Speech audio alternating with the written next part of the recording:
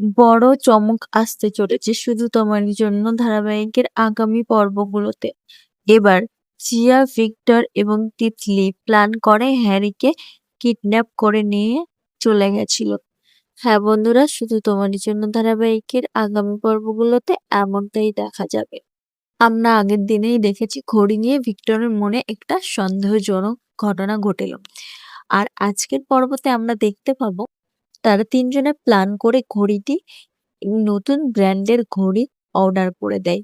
এবং যে সময় রাহি ঘড়ি নিয়ে প্রমাণ করতে যায় ভিক্টোরি আসল দোষ, ঠিক সেই সময়ই ঘড়িটি পার্সেল আসে এবং সবাই দেখে রাহিকেই ভুল বোঝে।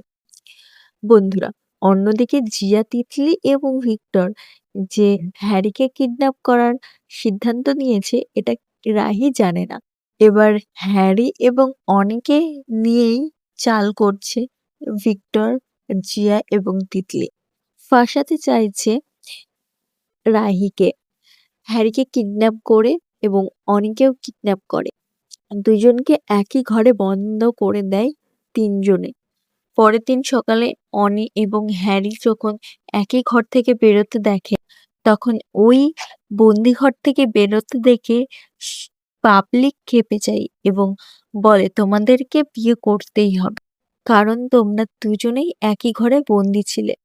ঠিক সেই সময় রাহির কাছে একটা আনকমন কল যায় এবং হ্যারি এবং অনির ব্যাপারটা বলে। রাহির কাছে অন্য কাউকে দিয়ে ফোন করালো তিতলি এবং সেই খবর পেয়েই ছুটে যায় হ্যারি আর অনির কাছে রাহি। তার আগেই তাদের বিবাহ সম্পূর্ণ হয়ে যায়। বন্ধুরা, হ্যারি এবং অনিকে নিয়ে যখন রায়বাড়িতে ফেরে রাহি, তখন কনক প্রচন্ড ক্ষেপে যায় এবং বাড়ির সকলেই রাহিকে দোষারোপ করতে থাকে যে তুমি প্ল্যান করে এই বিয়েটা দিয়েছো। বন্ধুরা, এরপর কি হতে চলেছে তা জানতে হলে আমাদের চ্যানেলে অবশ্যই চোখ রাখতে হবে।